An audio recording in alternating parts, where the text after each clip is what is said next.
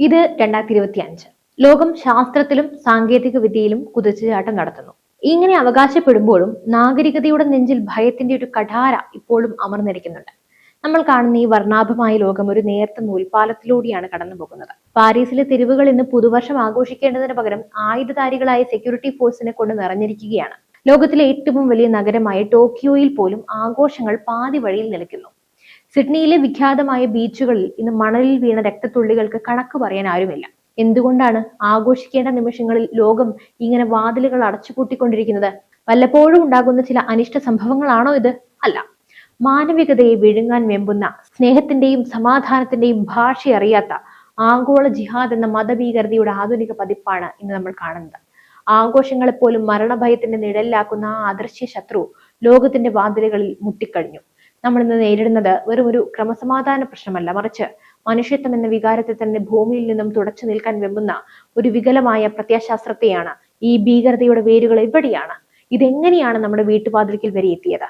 ഈ ചോദ്യങ്ങൾക്കുള്ള ഉത്തരമാണ് ഈ വീഡിയോ. ലോകം വളരെ ഞെട്ടലോടെ കേട്ടൊരു വാർത്തയായിരുന്നു അമേരിക്കയിലെ ലോസ് ഏഞ്ചൽസിനെ തകർക്കാൻ മൊജാവെ മരുഭൂമിയിൽ നടന്ന ഗൂഢാലോചന. വെറും ഒരു ആക്രമണമല്ല അവർ ലക്ഷ്യമിട്ടത്. സ്ഫോടക വസ്തുക്കളുമായി ഭീകരർ ആഴ്ചകളോളം റിഹേഴ്സൽ നടത്തി ആയിരക്കണക്കിന് നിരപരാധികളെ ഒരേ നിമിഷം കൊന്നൊടുക്കി ലോകത്തിന് മുന്നിൽ ഭീതിയുടെ വിത്ത് പാകാനായിരുന്നു ഇവരുടെ എല്ലാം നീക്കം. FBI സമയോചിതമായ ഇടപെടൽ കൊണ്ട് മാത്രമാണ് അമേരിക്ക മറ്റൊരു സെപ്റ്റംബർ 11 നിന്നും രക്ഷപ്പെട്ടത്. എന്നാൽ യൂറോപ്പ് ഇന്ന് അത്രത്തോളം ഭാഗ്യമുള്ളവരല്ല. ഫ്രാൻസിന്റെ തലസ്ഥാനമായ പാരീസ് ഇന്ന് ഭീകരവാദത്തിന്റെ ലബോറട്ടറിയായി മാറിയിരിക്കുകയാണ്. സംഗീത നിശകൾക്കിടയിലേക്ക് തോക്കുകളുമായി ഇരച്ചു കയറുന്നവർ, കാർട്ടൂൺ വരച്ചതിന്റെ പേരിൽ മാധ്യമ പ്രവർത്തകരെ കൊന്നു തള്ളുന്നവർ, ഇവരെല്ലാം നയിക്കുന്നത് ഒരേ വികാരമാണ്. ലണ്ടൻ ബ്രിഡ്ജിലും ബെർലിനിലെ ക്രിസ്മസ് മാർക്കറ്റുകളിലും ഇന്ന് ജനങ്ങൾ നടക്കുന്നത് പേടിയോടെയാണ്. തങ്ങളുടെ സംസ്കാരവും ജീവിത രീതിയും മാറ്റാൻ തയ്യാറാകാത്ത പാശ്ചാത്യ രാജ്യങ്ങളെ രക്തത്തിൽ മുക്കിക്കൊല്ലുക എന്നതാണ് ഈ ഭീകരതയുടെ ലക്ഷ്യം. സമാധാനത്തിന്റെ വെള്ളരിപ്രാവുകൾ പറക്കേണ്ട ആകാശത്ത് ഇന്ന് ഭീകരതയുടെ കറുത്ത പുക പടരുകയാണ്. നമ്മളിന്ന് നേരിടുന്ന ഏറ്റവും വലിയ ഭീഷണി മതത്തിന്റെ പേരിൽ അക്രമം അഴിച്ചുവിടുന്ന തീവ്രവാദ സംഘടനകൾ തന്നെയാണ്. ലോകമെമ്പാടും ഭീതിയുടെ പര്യായമായി മാറിയ സംഘടനയാണ് ISIS. സിറിയയിലും ഇറാഖിലും അവർ കാട്ടിക്കൂട്ടിയ ക്രൂരതകൾ മനുഷ്യ മനസാക്ഷിയെ മരവിപ്പിക്കുന്നതായിരുന്നു. പിഞ്ചു കുഞ്ഞുങ്ങളെ പോലും ചാവേറുകളാക്കി മാറ്റുന്ന, സ്ത്രീകളെ അടിമച്ചന്തകളിൽ വിൽക്കുന്ന ഒരു നൃശംസമായ പ്രത്യയശാസ്ത്രമാണ് അവർ ലോകത്തിന് നൽകിയത്. സമാനമായ രീതിയിൽ തന്നെയാണ് ഹമാസും ഹിസ്ബുള്ളയും ഒക്കെയുള്ളത്. ഒക്ടോബർ 7 ഇസ്രയേലിൽ ഹമാസ് നടത്തിയ കിരാതമായ ആക്രമണം ലോകം കണ്ടതാണ്. മതത്തിന്റെ മറവിൽ ആയുധമേന്തിക്കൊണ്ട് സ്ത്രീകളെയും കുട്ടികളെയും ഒക്കെ വരെ ചാവേറുകളാക്കി മാറ്റുന്ന ഈ പ്രത്യയശാസ്ത്രം യഥാർത്ഥത്തിൽ ഒരു ക്യാൻസർ പോലെ ഇങ്ങനെ പടർന്നു പിടിച്ചുകൊണ്ടേയിരിക്കുകയാണ്. ഇസ്രയേലിൽ ഹമാസ് നടത്തിയ ക്രൂരതകൾ കേവലം ഒരു യുദ്ധമായിരുന്നില്ല, മറിച്ച് ഒരു ജനതയെ മുഴുവൻ വംശഹത്യ ചെയ്യാനുള്ള ആസൂത്രിത നീക്കമായിരുന്നു. ഈ ഭീകരവാദികൾക്ക് സ്നേഹമോ സമാധാനമോ ഒന്നും അറിയില്ല. അവർക്കറിയാവുന്നത് രക്തം ചിന്തിക്കാൻ മാത്രമാണ്. ഇന്ന് നമ്മുടെ അയൽരാജ്യമായ ബംഗ്ലാദേശിൽ നടക്കുന്നത് വരെ നോക്കാം. എന്താണ് നമ്മൾ അവിടെ കാണുന്നത്? കണ്ണു തുറന്നു നോക്കുക. അവിടെ ജനാധിപത്യം അട്ടിമറിക്കപ്പെട്ടിരിക്കുന്നു. മതമൗലികവാദികൾ തെരുവുകൾ കീഴടക്കിയിരിക്കുന്നു. ന്യൂനപക്ഷങ്ങളായ ഹിന്ദുക്കൾ അവിടെ വേട്ടയാടുകയാണ്. അവരുടെ ആരാധനാലയങ്ങൾ അഗ്നിക്കിരയാക്കി, സ്ത്രീകളെ ക്രൂരമായി ആക്രമിക്കുന്നു. ഇത് കേവലം ബംഗ്ലാദേശിന്റെ മാത്രം പ്രശ്നമല്ല. ഈ തീ തീർച്ചയായും ഇന്ത്യയും ലക്ഷ്യം വെക്കുന്നുണ്ട്. ആ കാര്യത്തിൽ യാതൊരു സംശയവുമില്ല. ബംഗ്ലാദേശിലെ അസ്ഥിരത മുതലെടുത്ത് ഇന്ത്യയിലേക്ക് അനധികൃത കുടിയേറ്റം വർദ്ധിപ്പിക്കാനും അതിലൂടെ രാജ്യത്തിനകത്ത് ജനസംഖ്യ അട്ടിമറി നടത്താനും ഭീകരവാദ ശക്തികൾ ശ്രമിക്കുകയാണ്. ഭാരതത്തിന്റെ മണ്ണിലും അസ്ഥിരതയുണ്ടാക്കാൻ അതിർത്തിക്കപ്പുറത്തു നിന്നും ഇപ്പുറത്തു നിന്നും ശ്രമങ്ങൾ നടക്കുന്നു.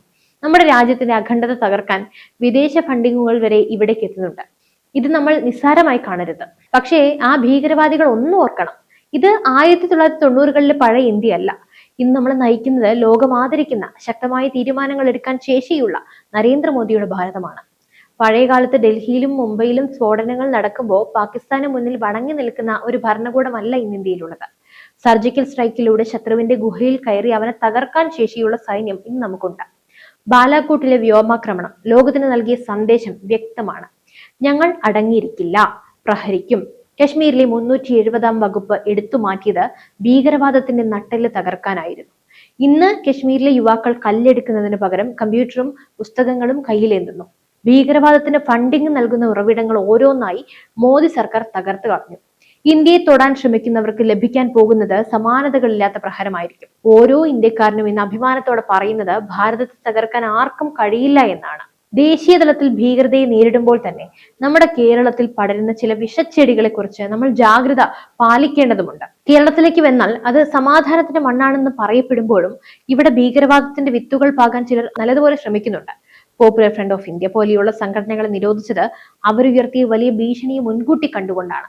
സമാധാനത്തിന്റെ നാട്ടിൽ വർഗീയ വിഷം ചീറ്റാനും സായുധ പരിശീലനം നൽകാനും ശ്രമിച്ച ഇത്തരക്കാരെ പൂർണ്ണമായും അടിച്ചമർത്തേണ്ടത് അത്യന്താപേക്ഷിതമാണ്. കേരളത്തിൽ ഇന്നും സജീവമായ SDPI പോലെയുള്ള രാഷ്ട്രീയ രൂപങ്ങളെയും നമ്മൾ ഭയപ്പെടണം.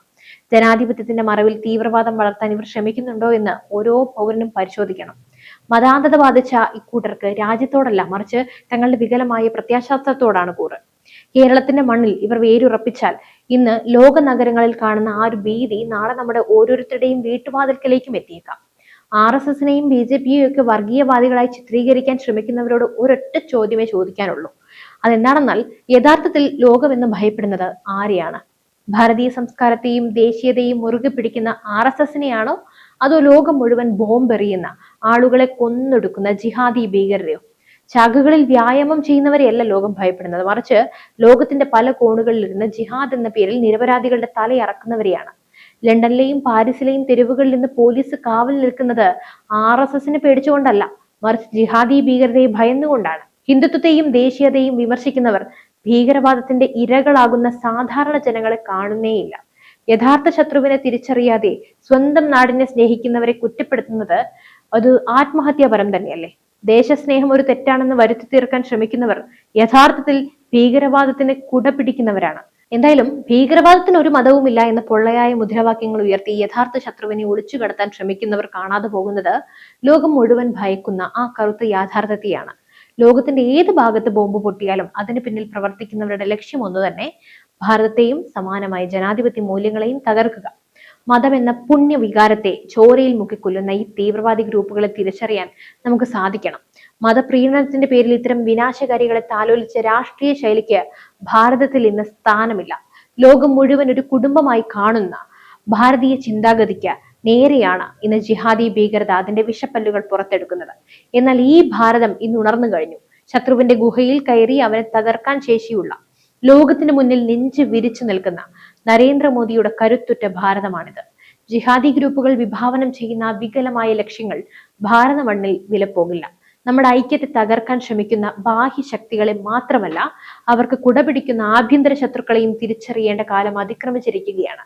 ഇന്ന് ലോക നഗരങ്ങൾ അടച്ചുപൂട്ടപ്പെടുമ്പോൾ, ആഘോഷങ്ങളെല്ലാം റദ്ദാക്കപ്പെടുമ്പോൾ നമ്മൾ പഠിക്കേണ്ട പാഠം ഒന്ന് മാത്രമേ ഉള്ളൂ: ഭീകരതയോടുള്ള വിട്ടുവീഴ്ച ഭീരുത്വമാണ്.